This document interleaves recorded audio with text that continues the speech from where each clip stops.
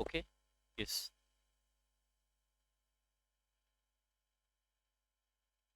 Yes, gentle guys. नमस्कार। आज के इस क्रम में जो ग्रामर पोर्शन को मैं नरेशन के लेके चल रहा हूँ उसको थोड़ा सा आगे प्रोसीड कर रहा हूँ।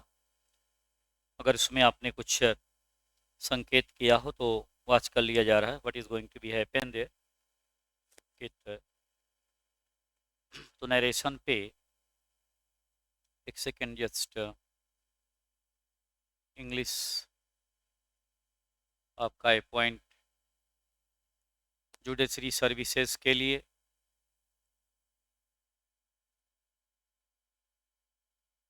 नरेशन की जो भूमिका है अलग अलग पॉइंट पे उसी क्रम को ध्यान में रखते हुए थोड़ा सा इस ग्रामर के पोर्शन को आगे बढ़ाया जा रहा है। डायरेक्ट एंड इनडायरेक्ट नरेशन जिसकी भूमिका रहती है is also in such conditions. Okay, आप जुड़ रहे हैं इस पॉइंट से और आपका पूरा ख्याल रखते हुए आगे बढ़ा जाएगा। अभी चूंकि ग्रामर पोर्शन में नरेशन की टॉपिक जब ख़त्म कर देते हैं आफ्टर फिनिशिंग इट, फिर इसके बाद में पैसेज को कुछ आपके दृढ़तापूर्वक कराया जाता है। आई शैल पॉइंट आउट और फिर लेटर आपके उस पॉइंट्स पे जो कुछ कहेंगे तो उस पर भी हम चर्चा करते रहेंगे एक एक हम बेसिक रूट्स को। तो नरेशन में भी यानी डायरेक्ट इनडायरेक्ट नरेशन में जो हम लोग पढ़ रहे थे पॉइंट को, उनमें अभी मैंने प्रोनाउंस चेंज इन नरेशन पे बात इसके पिछले लेक्चर में हुई है। आज इस क्रम में हम लोग पढ़ेंगे interrogative sentence of narration. Narration में जो इंटरोगेटिव पोर्शन है उस पर हम बात करेंगे आपसे। ओके, तो इंटरोगेटिव के पॉइंट पर हम बिल्कुल सिंपल ढंग से समझा दे रहे हैं आपको। इंटरोगेटिव सेंटेंस, ओके, प्रश्नवाचक वाक्यों की जो भूमिका है आपके इस नरेशन में, आज उस क्रम को लेकर के बढ़ते हैं। इंटरोगेटिव की जो पोजीशन है गाइज, उसमें आपका जो फोकस है वो सहायक क्रियाओं से भी है, इंट्रोगेटिव हेल्पिंग वर्ब से भी होता है। Do, does, did, is, am, are, was, were. फिर मॉडल वर्ब भी उसमें है, can, could, may, must, might, ये मॉडल वर्ब में आते हैं। Can, could, may, might, would, should, इनको हम मॉडल वर्ब कहते हैं। और एक्सिलरी वर्ब या हेल्पिंग वर्ब दोनों का मतलब एक ही होता है, नो डिफरेंस एट ऑल। तो इस भूमिका को समझना है। फिर इसके बाद में हम लोग what, where, why, when, which जो इंट्रोगेटिव वर्ड है उनसे जो इंट्रोगेटिव बनता है सेंटेंस, उसको कैसे करेंगे इसकी भी भूमिका पर चर्चा होगी। तो पहले मैं हेल्पिंग वर्ब यानी सहायक क्रियाओं से नरेशन बनता है उसकी चर्चा आपके सामने की जा रही, उसकी चर्चा आपके सामने हम रखते हैं। तो ऐसे ही क्रम में आप देखिए जो इंट्रोगेटिव का पोजीशन है डायरेक्ट में, ये सेंटेंस तो एक 3 एग्जाम्पल से हम समझा रहे हैं आपको पूरी बात। सेंटेंस आप पहले नोट कर लीजिएगा एक एक चीज़ इस क्रम में समझते हुए। जैसे सेंटेंस है सी सेड टू मी, बहुत सिंपल सेंटेंस जाएंगे। She said to me, comma inverted commas में, are you a doctor, are you a doctor, inverted comma close. और इनडायरेक्ट में इसको मेंशन करना है, yes. Next direct,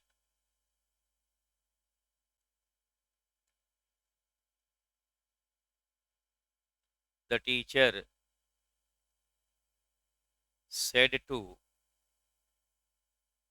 the teacher said to Madhu, comma inverted commas में पूरे sentence की पूरी पोजीशन देख लें। यह इंट्रोगेटिव का एक प्रोग्राम है। इंट्रोगेटिव की ये स्थिति है कैसे डायरेक्ट और इनडायरेक्ट नरेशन में आप इंट्रोगेटिव की भूमिका को लेकर के चलेंगे। तो the teacher said to Madhu comma inverted commas में have you written the letter.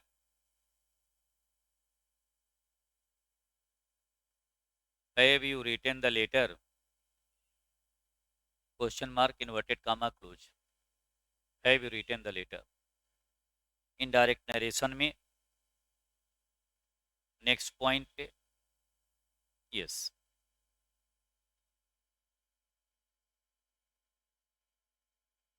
Next guys, Ragini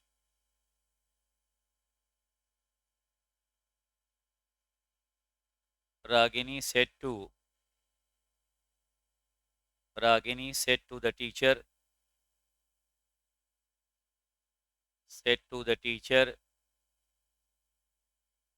comma inverted commas में sir may I go home. May I go home. अब ये सेंटेंस की पोजीशन आप देखिए। इंट्रोगेटिव के एग्जाम्पल से अभी आप सॉल्व करने की स्थिति में आ जाएंगे। You will in position to solve the sentences very exactly. Narration की भूमिका है और she said to me are you a doctor. The teacher said to Madhu have you written the letter. Ragini said to the teacher sir may I go home. ये sentence. अब इनको आपको indirect narration में बदलना है। अभी आप जो प्रक्रिया थी, जैसे आप लिखते थे अभी यहाँ पर ने सी सेड टू मी जैसे रहता था तो आपने सी टोल्ड मी कर दिया, लेकिन अब ऐसे नहीं होगा। अगर आपके हेल्प ये देखिए, ये वाला पार्ट आपका रिपोर्टिंग वर्ब है और ये पार्ट आपका रिपोर्टेड स्पीच है। इस क्रम को बताया गया है।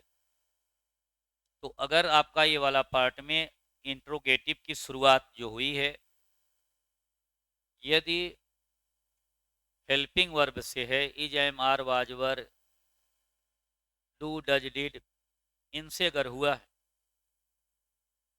तो यहाँ पे इस पार्ट यानी इंट्रोगेटिव सेंटेंस हो गया। तो इस वाले पार्ट में आप आस्क्ड या इंक्वायर्ड ऑफ का प्रयोग करेंगे। क्या यूज करेंगे? आस्क्ड या इंक्वायर्ड ऑफ। इस प्रकार की भूमिका लाई जाए। यहाँ पे सी आस्क्ड मी ये सब जगह चल जाएगा। सी आस्क्ड मी या इंक्वायर्ड ऑफ, ये दोनों प्रयोग कर सकते हैं। सी आस्क्ड मी या सी इंक्वायर्ड ऑफ मी। तो आस्क्ड मी सब जगह आपकी व्यवस्था में रहेगा। तो सी आस्क्ड मी आपने लिख दिया। अब जो सेंटेंस को जोड़ने के लिए आप दैट का प्रयोग करते थे वो बंद हो जाएगा। अब जब इंट्रोगेटिव सेंटेंस हो गया, अगर हेल्पिंग वर्ब से शुरू है, यहाँ जोड़ने के लिए ये दो वर्ड यूज कर सकते हैं आप, इफ या वेदर। इफ या वेदर का प्रयोग करेंगे।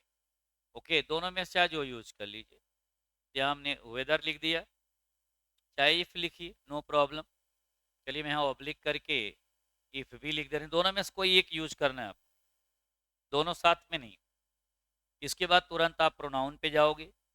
इसके बाद तुरंत ध्यान रखिए, वेदर लिखने के बाद या इफ लिखने के बाद आप प्रोनाउन पे जाओगे। Use second person. ऑब्जेक्ट के अनुसार बदलेगा। ऑब्जेक्ट क्या है? मी है, यहाँ आई हो गया। अब ए आर है, यहाँ वाज हो गया। अ डॉक्टर, ये आपका एब्सोल्यूट आंसर हो गया। फुल स्टॉप दे देंगे। आप इंट्रोगेटिव मार्क नहीं लगाएं। इनडायरेक्ट नरेशन जब आप बदलेंगे डायरेक्ट से, तो उसको इंट्रोगेटिव मार्क नहीं लगाया जाएगा, वो केवल एक सिंपल फुल स्टॉप आपका रहेगा। The teacher said to Madhu, the teacher asked Madhu. हो जाएगा उसी पॉइंट पे,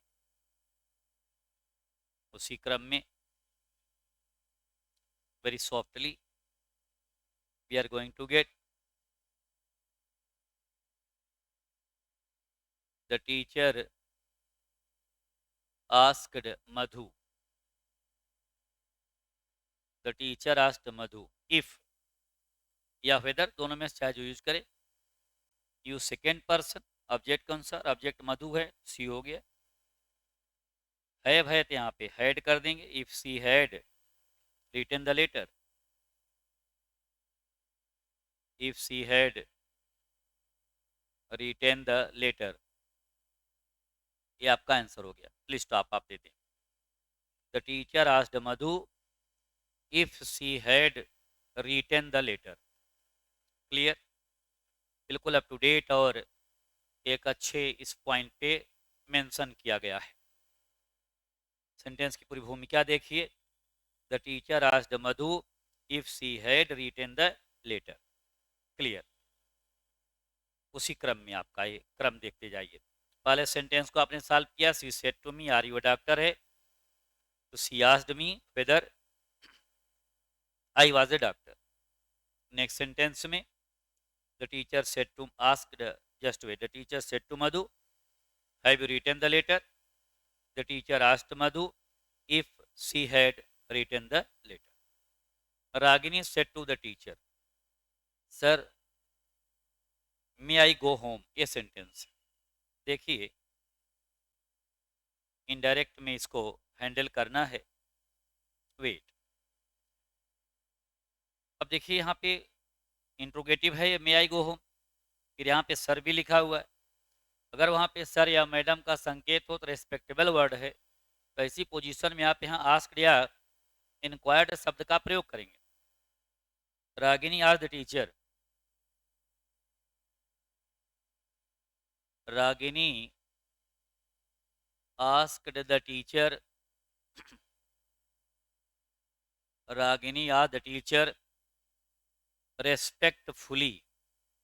पूरी सेंटेंस की भूमिका को देखिए। Ragini asked the teacher respectfully, मुझे लग रहा है कि आप तो वॉच कर पा रहे हैं, यस स्क्रीन पे दिखेगा उस पॉइंट पे। Ragini asked the teacher respectfully whether या इफ, दोनों में चाहे जो यूज करिए, मैंने बताया है ताकि आपको कोई कंफ्यूजन ना रहे। वेदर के बाद तुरंत प्रोनाउन पे जाइए, आई फर्स्ट पर्सन, सब्जेक्ट के अनुसार रागिनी है तो यहाँ पे सी हो गया। Make a might, okay, might go home, ये आपका आंसर हो। देख लें सेंटेंस की पूरी भूमिका को, सेंटेंस के पूरे इस क्रम को, फिर इसी बेस पे 2-3 क्वेश्चन हम लोग सॉल्व करते हैं। फिर व्हाट वेयर वाई को कैसे आप हैंडल करोगे, कैसे इस भूमिका में आप लेकर के चलेंगे, या उस क्रम को बढ़ाया जाएगा, या भी तुरंत दोनों को हम सॉल्व करा दे रहे, उस क्रम को भी बता दे रहे, तब दोनों पे आधारित एक्सरसाइज कराते हैं 2-4 सेंटेंस। अब देखिए, अगर आप चाहें तो आप नोट कर लें एक पॉइंट को, यदि रिपोर्टेड स्पीच में प्रश्नवाचक सेंटेंस की शुरुआत हेल्पिंग वर्ब से की गई हो, हेल्पिंग वर्ब या मॉडल वर्ब से की गई हो, तो इनडायरेक्ट नरेशन में बदलते समय, इनडायरेक्ट नरेशन में बदलते समय रिपोर्टिंग वर्ब में आस्क्ड या इंक्वायर्ड ऑफ का प्रयोग किया जाता है, आस्क्ड या इंक्वायर्ड ऑफ का प्रयोग किया जाता है, और वाक्य को जोड़ने के लिए कंजंक्शन दैट को प्रयोग में नहीं लाते। वाक्य को जोड़ने के लिए कंजंक्शन दैट का प्रयोग नहीं किया जाता, बल्कि इफ या वेदर को प्रयोग में लाते हैं, बल्कि इफ या वेदर को प्रयोग में लाया जाता है। इसके बाद प्रोनाउंस या टेंस आदि का परिवर्तन उसी क्रम में किया जाता है। Okay, if reported speech begins with helping verb or modal verb changing into indirect narration, asked and inquired of will be used in reporting verb. Sentence should be combined with the words whether or if, and rest of the sentence according to the point or formula like person pronoun change and tense change in that manner. जो tense change और pronounce change होगा उसी अंदाज में आप करते जाएंगे। ये उसका क्रम, ये उसका प्रोसेस है, उसकी व्यवस्था है। मुझे पूरी उम्मीद है कि आप बहुत बेहतर तरीके से समझ रहे हैं। जैसे चीज़ें आप लेक्चर ले रहे हैं, के पास से रिकॉर्ड भी होगा तो आप इसको एक दो बार और वॉच कर सकते हैं। तो उस परिस्थिति में आप कोई चीज़ एक बार क्लियर अगर नहीं हो रही तो उसको आप और भी क्रम में इसको देख सकते हैं। आपकी समझ में आ रही चीज़ें हम तो थोड़ा सा हम वॉच से देख रहे हैं, अगर स्क्रीन पे वो चीज़ अगर नेम मेंशन हो तो हम जानना चाह रहे हैं कि आपने यहाँ तक समझ लिया है उस चीज़ों को। I think so. या और आपने कोई भूमिका में कोई बात रखी हो, just I will tell you for short while. हल्का सा वॉच करते हैं पॉइंट पे। आपके अगर कुछ कमेंट्स हों या कुछ बात हो तो I am just going to see at all. ठीक है, alright guys, okay, nothing matter, you can get that so clear. आगे के क्रम में देखते हैं। इसी क्रम को ध्यान में रखते हुए इसको आप नोट कर लें बारीकी से। अब हम इसी के अगले पॉइंट को जो what, where, why, when, which, ये जो सेंटेंसेज हैं उनके क्रम को हम देखते हैं। तब इसके बाद इन पर बेस्ड वर्क कराते हैं, देख लें। ओके एवरीबॉडी, आप बिल्कुल सहज भाव से इसको, ये समझने वाले सेंटेंसेज हैं। लेवल बहुत कंपटीशन में एक जानकारी के लिए होता है ताकि क्रम को आप समझते रहें, उसको आप बखूबी अच्छे तरीके से आप हैंडल कर लेंगे या वो मैनेज हो जाए। ओके, अब जो अगला क्रम है, अभी आपने हेल्पिंग वर्ब का ये प्रारूप लिया। You got the process of the helping verb. अब just you are going to get the process of what, where, why, when, which, how. जो इंट्रोगेटिव वर्ड हैं उनको कैसे आप सॉल्व करोगे, उसकी प्राथमिकता को ध्यान में रखते हुए हम आगे प्रोसीड हो रहे हैं। जस्ट जैसे सेंटेंस है डायरेक्ट नरेशन में। Okay, Raghav said to Mohit, comma inverted commas में, why did you, सेंटेंस को इत्मीनान से नोट कर लें, why did you punish him, why did you punish him, ये क्वेश्चन मार्क यहाँ पे हैंडल करें। वहाँ तक स्क्रीन पे मुझे पूरी उम्मीद है कि आप देख रहे हैं। इनडायरेक्ट नरेशन पे okay, Raghav said to Mohit, why did you punish him। Next one, ये जो नरेशन का पॉइंट है हर जगह आपको काम देगा। Judiciary services, civil services, anywhere health जो है, इस ग्रामर इज नेसेसरी। और आपका थोड़ा सा धैर्य से, पेशेंस से आप उस चीज़ को लगेंगे उस क्रम के अनुसार। तो बहुत ज़रूरी है कि आप इन चीज़ों को जानें। बेहतर तरीके से आपकी इंग्लिश लिखने की अच्छी स्थिति बन जाएगी। इसी क्रम को आप लिखेंगे तो बेहतर लिखेंगे। हर क्रम के हर प्रोसेस पे चला जाएगा उस क्रम के अनुसार, according to the such fact at least. तो इस क्रम में देखते हैं। देखिए नंबर 2, एक सेंटेंस और देखिए इधर। रोहित said to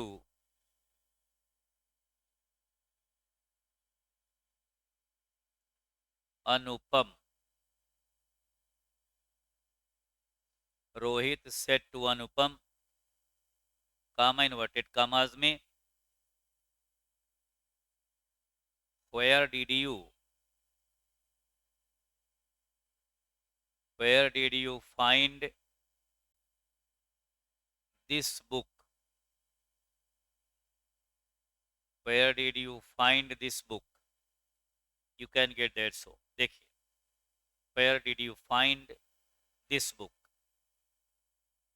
इनडायरेक्ट में इसको आप मेंशन करें.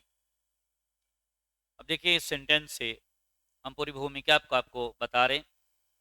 इसके बाद हम इमीडिएटली आपको हेल्पिंग वर्ब से कैसे सेंटेंसेस सॉल्व करना है, कैसे आप इस पोर्शन को लेकर के चलेंगे, इन दोनों बिंदुओं पे हम आपको क्वेश्चन दे रहे हैं जिसको आपको सॉल्व करना है. हम सॉल्व करते भी चल देंगे, पहले दोनों सेंटेंस की भूमिका आपको बता. इससे आप पूरी बात समझ लेंगे कि व्हाट, वेयर, व्हाई और व्हेन, विच को कैसे आप आगे बढ़ाएंगे. How you have to get that. So इस क्रम को जरा देखिए, इस पूरे पैमाने को, इस पूरे रचना को. तो ऐसी स्थिति में सेंटेंस है, Raghav said to Mohit, why did you punish him, है इंट्रोगेटिव ही. तो ऐसी पोजीशन में आपका जो यहाँ क्रम है इंट्रोगेटिव का, व्हाट, वेयर, व्हाई से है, थोड़ा सा बदलाव होगा, इसमें परिवर्तन थोड़ी सी आएगी. इस वाले पार्ट में यानी रिपोर्टिंग वर्ब में आप आस्क्ड या इंक्वायर्ड का प्रयोग करते रहेंगे, उसमें कोई दिक्कत नहीं है. जो जोड़ने वाला क्रम होगा वो बदलेगा. कैसे बदलेगा बताया जा रहा है. सेंटेंस है, Raghav said to Mohit, why did you punish him. तो आप इमीडिएटली आस्क्ड या इंक्वायर्ड आप इसमें यूज करेंगे. राघव आस्क्ड मोहित, यस, राघव आस्क्ड मोहित. ऑलराइट. अब यहाँ पे आप इफ और वेदर आप नहीं लगाएंगे.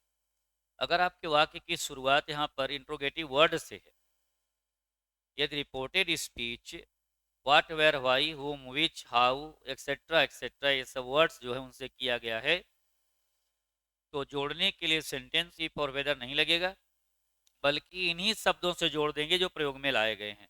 यानी अगर व्हाई से आपका इंट्रोगेटिव शुरू है तो आप व्हाई से जोड़ देंगे, वेयर से शुरू है तो वेयर से जोड़ देंगे.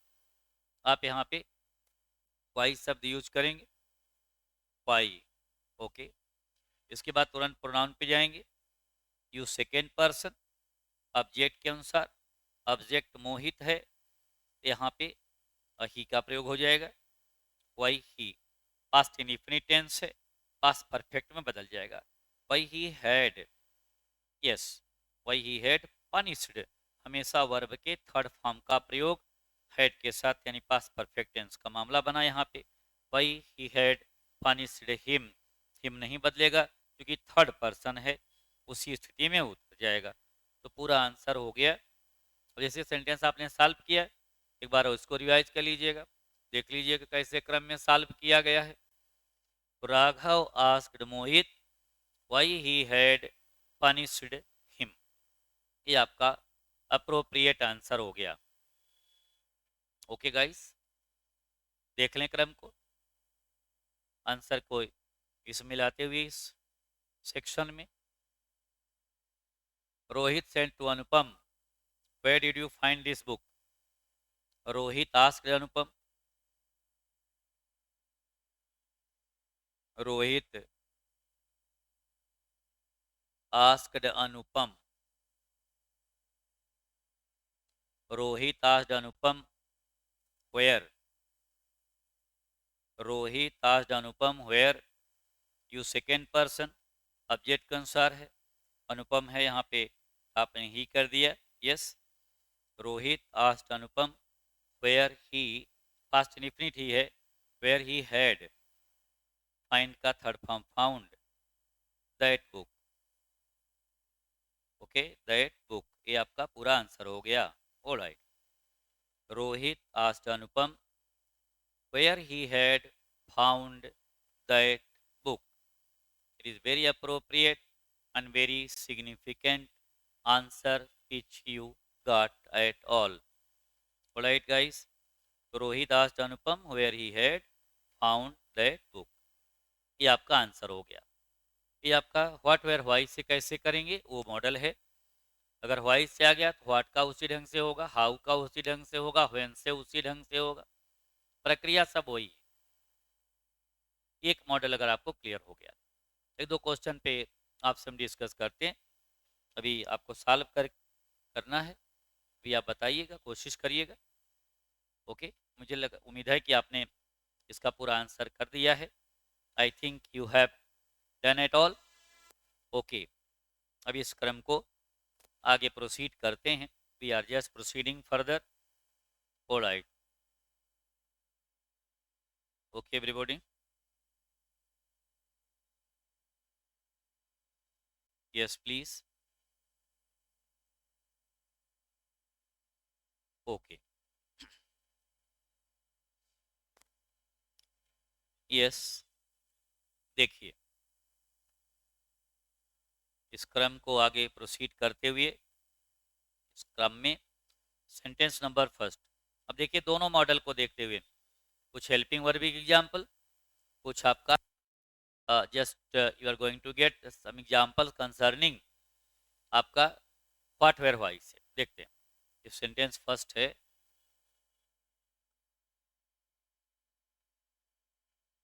आई said to her, I said to her, comma inverted commas में, इस क्रम में who are you, who are you and where are you coming from, where are you coming from. देखिए ये सेंटेंस है, आपको इनडायरेक्ट नरेशन में इसको बदल देना है। You have to transfer it, you have change it into indirect narration. Number question 2। Okay,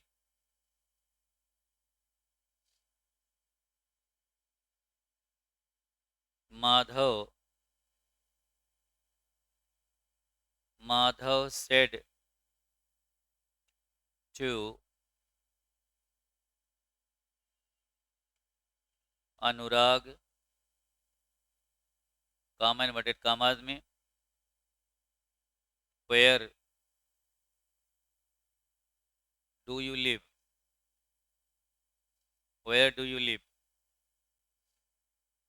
number 3, I said to her, who are you and where are you coming from? Madhav said to Anurag, where do you live? Next question, Ragini said to Mohini, Ragini said to Mohini, comma inverted commas में, did you lend me your pen? Did you lend me your pen? देखिए sentence की position को, tries to see the position of the sentence. ये उसी पर based है, ये उसी क्रम पर आपके जो आपने अभी सॉल्व किया है इंट्रोगेटिव सेंटेंसेस, आपका जो बेस है उस पर है, हेल्पिंग वर्ब पर, और आपका जो क्रम है आपके व्हाट वेयर व्हाई यानी जो इंट्रोगेटिव सेंटेंसेस हैं उन दोनों को मिला करके इस क्रम को बुनियादी तौर पे दिया जा रहा है। It is well illustrated here. Actually the rule concerning is the guys, इसको अगर आप नोट करना चाहें तो एक पॉइंट पे नोट कर लीजिएगा। यदि रिपोर्टेड स्पीच की शुरुआत what where why when which how who आदि इंट्रोगेटिव वर्ड से की गई हो, तो इनडायरेक्ट नरेशन में बदलते समय रिपोर्टिंग वर्ब में आस्क्ड या इंक्वायर्ड ऑफ का प्रयोग करते हुए वाक्य को जोड़ने के लिए इफ और वेदर का प्रयोग नहीं किया जाता, बल्कि इन्हीं प्रश्नवाचक शब्दों से वाक्य को जोड़ देते हैं और प्रोनाउन आदि का परिवर्तन, टेंस का परिवर्तन उसी प्रकार से होता है। Rule number actually before the condition is followed. तो if reported speech begins with interrogative word like who, what, where, when, which, changing into indirect narration. In reporting verb, asked or inquired words should be used. If and whether is not allowed to use in this condition or in this consideration, the interrogative word will be used as a connective word at all, and rest of the rules will be followed at least. जो rule जो हैं वो follow किए जाएंगे जो pronounce change वगैरह के हैं। तो ऐसे हालात में, ऐसे पॉइंट पे you have to alert, you have to think about. Clear guys? तब देखिए इसको सॉल्व करते हुए इसी क्रम को चलते हैं। अभी जो सेंटेंस बोर्ड पे हैं, अभी जो आपने सॉल्व किया है उसी पे बेस्ड है। I said to her who are you है। मुझे लग रहा है आपने किया होगा, पॉइंट को आप सॉल्व कर रहे होंगे और इसकी कोशिश में रहें। आई सेड टू हर, तो आई आस्क्ड हर, देखिए इस क्रम को, आई आस्क्ड हर, हु से सेंटेंस जुड़ा हुआ है, यहाँ से हु से जोड़ देंगे, हु। अब यही बात समझना, आई आस्क्ड हर हु, अब यू क्या है, अब इसके बाद तुरंत प्रोनाउन पे जाइए। You second person according to object, object her है, यहाँ पे सी का प्रयोग कर देंगे। आर है यहाँ पे वाज लिख देंगे, हु सी वाज। एंड देखिए उसी क्रम में एंड वेयर लगा हुआ है, नो प्रॉब्लम, वेयर। अब देखिए यू तुरंत इसके बाद प्रोनाउन पे, यू सेकेंड पर्सन उसी क्रम में जाएगा, where she was coming from. ये आपका आंसर हो गया। Very absolute and very reliable और remarkable answer you are going to get. Okay everybody. अब देखिए क्रम को, माधव सेड टू अनुराग। अब आपने इस सेंटेंस को सॉल्व किया, तरीका आपको मालूम हो गया। You got the very exact and very reliable information concerning this. Madhav said to Anurag, Madhav asked Anurag, Madhav asked Anurag where, तुरंत यहाँ पे प्रोनाउन पे जाइए, you second person according to object, object Anurag है, यहाँ पे यू हो गया, वेयर ही। अब देखिए यहाँ पे डू लगा हुआ है, प्रेजेंट इंडेफिनिट पास्ट इंडेफिनिट में जाएगा। पास्ट इंडेफिनिट के सिंपल में आप करेंगे, डिड नहीं लगाएंगे, नहीं तो मिस हो जाएगा, गलत हो जाएगा। अक्सर लोग डिड लगा देते हैं। वेयर ही लिव्ड, वर्ब के सेकेंड फॉर्म का प्रयोग, फुल स्टॉप दे देंगे। क्रम देख लीजिए, माधव आस्क्ड अनुराग वेयर, इसके बाद तुरंत प्रोनाउन पे गया, आपने ही यहाँ लिखा, फिर इसके बाद लिव्ड, हो गया आंसर उसका।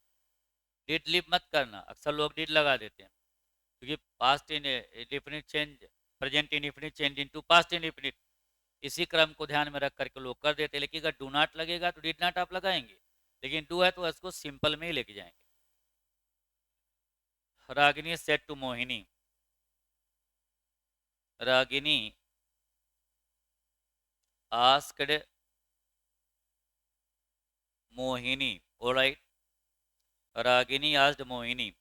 अब यहाँ वेदर या इफ, क्यों, डिड से शुरू है, इंट्रोगेटिव आपका हेल्पिंग वर्ब से है। तो ऐसे हालात में, ऐसे पॉइंट पे रागिनी आस्क्ड मोहिनी और वेदर, तुरंत से पर्सन पे जाइए, प्रोनाउन है second person according to object, object Mohini है, यहाँ पे सी हो जाएगा, या Ragini asked Mohini whether she had, had क्यों लगा, past indefinite change into past perfect, where she had lent verb के थर्ड फॉर्म का प्रयोग, lent me first person, subject के अनुसार। ओके, रागिनी है वहां पे, तो Ragini asked Mohini whether she had lent her.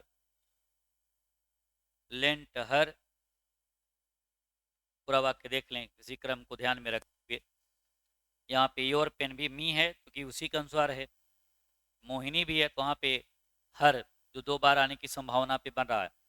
Ragini asked Mohini whether she had lent her, comma दे दीजिएगा, फिर हर पेन, ये आप आंसर लिख देंगे। Full stop. देख लें क्रम को, क्योंकि मी फर्स्ट पर्सन सब्जेक्ट के अनुसार, सब्जेक्ट रागिनी है और उसके लिए हर आया है।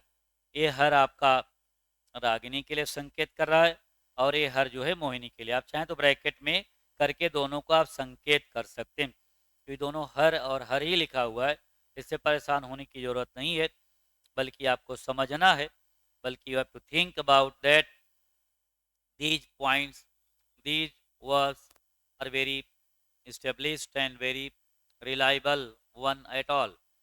इस क्रम को आप इसी अंदाज में बहुत बेहतर तरीके से मेंशन कर सकते हैं। अभी आपने क्वेश्चन देखा, अब इसी आधार पे आपको कोई भी जनरल इंग्लिश की आपके लेवल की बुक होगी, आप उससे भी अपनी एक्सरसाइजेज इस आधार की कर सकते हैं।